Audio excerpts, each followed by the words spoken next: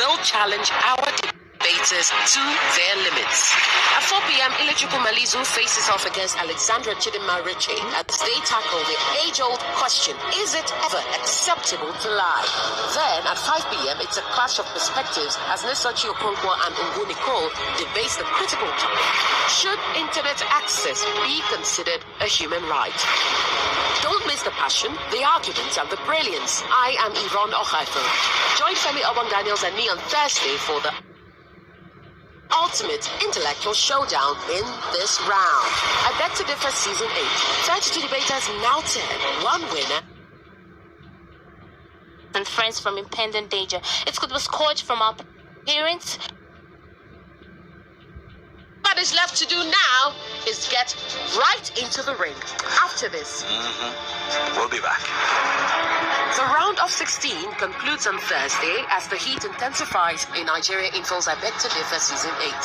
Two thought-provoking matchups back-to-back will challenge our debaters to their limits. At 4 p.m., Malizu faces off against Alexandra Chidinma-Riche as they tackle the age-old question, is it ever acceptable to lie? Then at 5 p.m., it's a clash of women, and yet the Bible regarded them as blessed women. Thank you. Okay.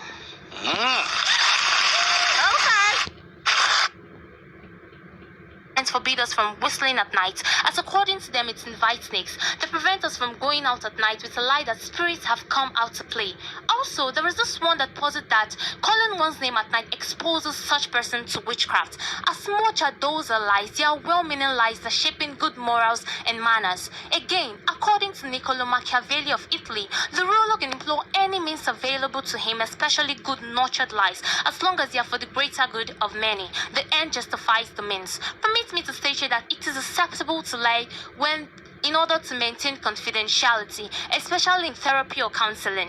For instance, counselors in psychology encounter patients with both physical and emotional threatening issues, which when exposed can endanger social cohesion as well as the acceptability of the patients in the society. You can call it privacy policy or confidentiality, but I can categorically tell you that professionals in the field of counseling and human psychology will continuously need to lie in order to protect their patients. Furthermore, lies are acceptable in order to protect relationships. 3 out of every 5 relationships that have led to marriages have serious secrets that if the partners involved in such relationships ever get to expose themselves, they will definitely jeopardize such relationship and destroy their trust. More so, lies are acceptable in order to protect our loved ones and friends from impending danger. It could be scourged from our parents, it could be physical harm or attack, and even life-threatening situations. Such lies, my dear listeners, are very much permitted and approved. Frankly speaking, lies are acceptable when dealing with a dishonest boss in a toxic environment. For instance, my father told me he once worked with a boss who preferred to be fed lies than the truth. For instance, he also mentioned that whenever he's been sent to purchase goods for the company and he comes back with the genuine price of what he purchased, his boss tends to always have issues with him, and then he subsequently resorted into inflating the price of the purchases, and to his greatest amazement, his boss tends to easily accept. In conclusion, let's consider what the scripture says pertaining acceptable lies. In Joshua chapter 2 verse 3 to 4, Rahab the prostitute had to lie in order to protect the spies, and it was counted unto her for righteousness because she was eventually saved. In Exodus 1 verse 15 to 17, the Hebrew midwife had to lie in order to protect the sex of the babies of the Hebrew women, and yet the Bible regarded them as blessed women. Thank you. Okay.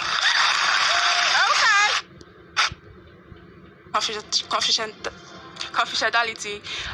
Just because you want to maintain Kindly contact us at the email address info@tollywoodcollege.com. That is info@tollywoodcollege.com. Or go to the website at www.tollywoodcollege.com. I repeat, www.tollywoodcollege.com. You could also go to the physical address to see things for yourself at kilometer 43 Lekki Egbe Expressway by Canaan Land Estate, Shongotedo, Aja, Lagos. Rest assured, we will be waiting. For Tournament of Champions, it's I Beg to Differ on 99.3 Nigeria Info. Welcome back. You've heard the presentation round between Malizu and Alexander. Chidinma Richie. Malizu from King's Anchor College. Chidinma from Abuleko Community Secondary School. It is now time for their rebuttal rounds. That's right. For this round, we will commence with the motion opposer. Malizu will now refute her opponent's points and then add extra points of her own if she has some time to do so.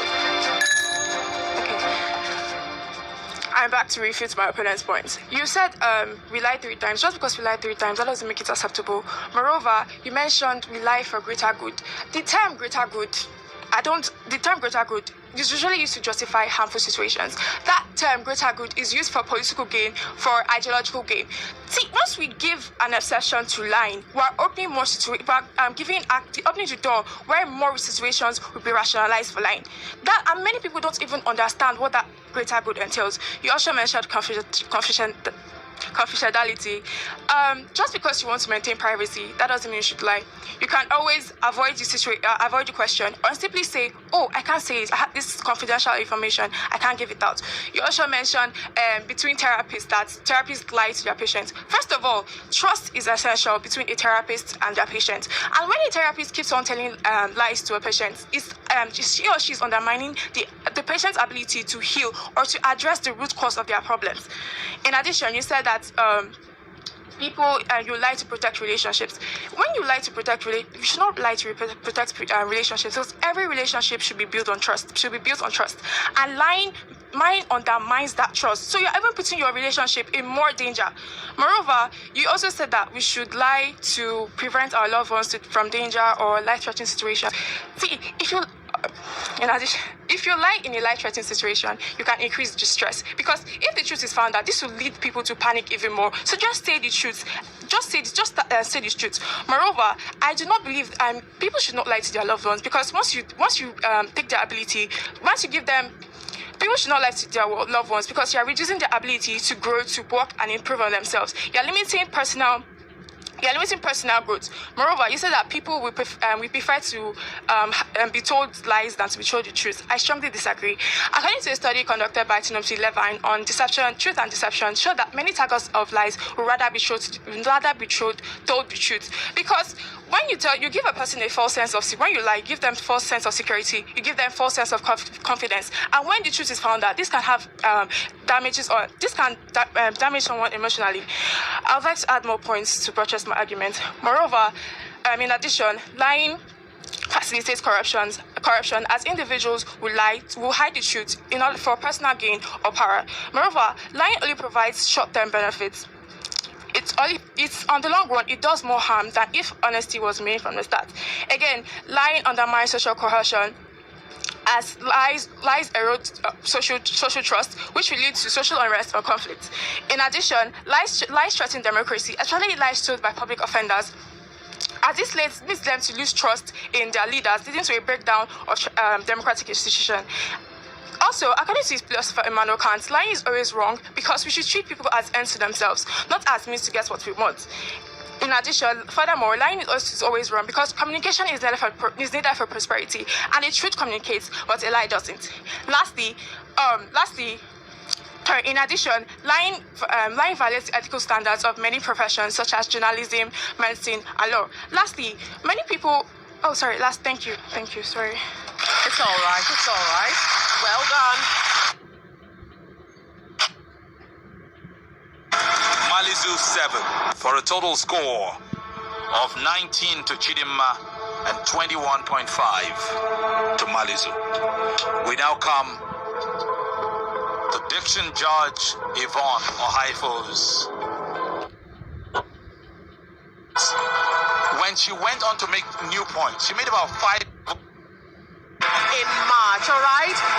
You are brilliant. Not only are you eloquent, you are also live. Chief Judge Chike scores it. Chidinma 29, Malizu 29.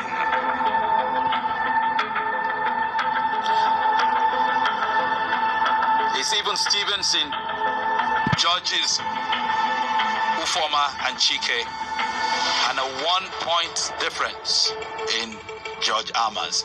Your total at this point is 88.5 to Chidinma and 89.5.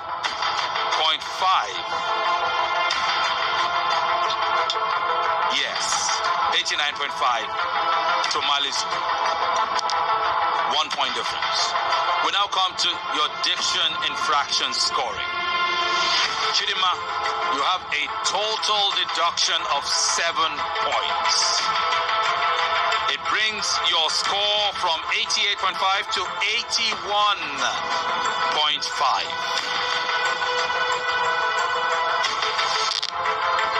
And the next announcement will determine the winner. Malizu, you have a diction infraction deduction of 6 points.